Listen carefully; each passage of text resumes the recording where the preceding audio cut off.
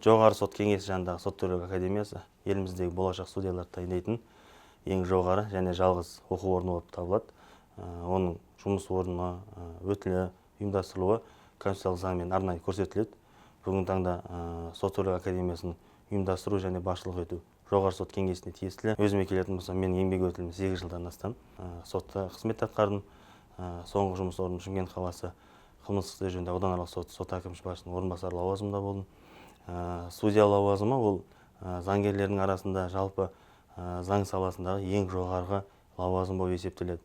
Яғни барлық даудың немесе барлық істердің түпкілікті нүктесін, түпкілікті шешімін шығаратын ол тек қана сот. Сонымен қатар сот төрелігін жүзеге асыру бізде конституциямен анықталған, ол тек қана судьяның міндетіне кіреді. Және ол судья Қазақстан Республикасының атынан сот актілерін шығарады. Оның шығарған сот актілері елімізде жалпы елімізде қолданылуға және орындалуға міндет болып табылады. Сот төрелік академиясының оқу процесіне келетін болсақ, мұнда жоғары дәрежелі профессорлар, өте тәжірибелі судьялар, жоғары соттың судьялары және жоғары сот кеңесінің мүшелері сабақ өтеді бізге. Мұнда біз сот отырыстарын өткіземіз, симуляцияланған шетелдік әріптестермен тренингтер өткізеді, дөңгелек үстелдер онлайн форматта, және де шетелдік тағылымдамалар болып есептеледі. Шетелдік тағылымдамалар айтатын болсақ, мен үшін ең тәжірибеге толы болғаны Әзербайжан Республикасына барған шетелдік тағылымдама болып есептеледі. Онда біз шетелдік әріптестеріміздің сот жүйесінде қалай ұйымдастырылатынын, олардың жаңағы судьялардың қызметтері қалай жүзеге асырылатын, жұмыс істелетінін барлығын біз көріп, салыстырдық екі мемлекеттікін. Біздің Қазақстан Республикасының сот жүйесі өте жоғары деңгейде дамыған, көрші елдерімізде мойындап отыр бүгінгі таңда. Және біздегі 2016 жылы енгізілген электрондық құжат айналым жүйелері оларда енді іске асырылып жатқандығы көрінеді. Сонымен қатар жақын арада Ресей Федерациясымен профессорлармен тренинг өткізді, дөңгелек үстел және азаматтық істер бойынша.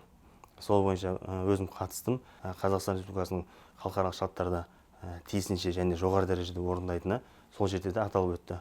Сот төрелік академиясы бүгінгі таңда болашақ судьяларды дайындайтын ең жоғары мәртебелі және ерекше статусы бар академия. Мұндағы біздің үйренетіміз, бойымызға сіңіріп жатқаны судьяларға қойылатын талаптардың үшеуі. Біріншісі білім ең жоғарғы, екінші тәуелсіздік, үшінші әділдік болып есептеледі. Егер судья тәуелсіз болатын болса, ол әділ шешімді қабылдай алады. Бүгінгі таңда шетелдік әріптестерімізбен өткізілетін онлайн форматтағы тренингтер, дөңгелек үстелдерді ұйымдастыру және де жоғары сот кеңесінің мүшелерінің бізге берілген дәрістерінен алатын тәжірибеміз және болашақта қолданылатын білімдерімізді шыңдап жатырмыз. Бұл жағдайлардың барлығын біз жоғары сот кеңесінің бізге деген қолдауы деп сезінеміз және болашақта өз қызметімізде тиісінше пайдаланамыз деген үміттемін.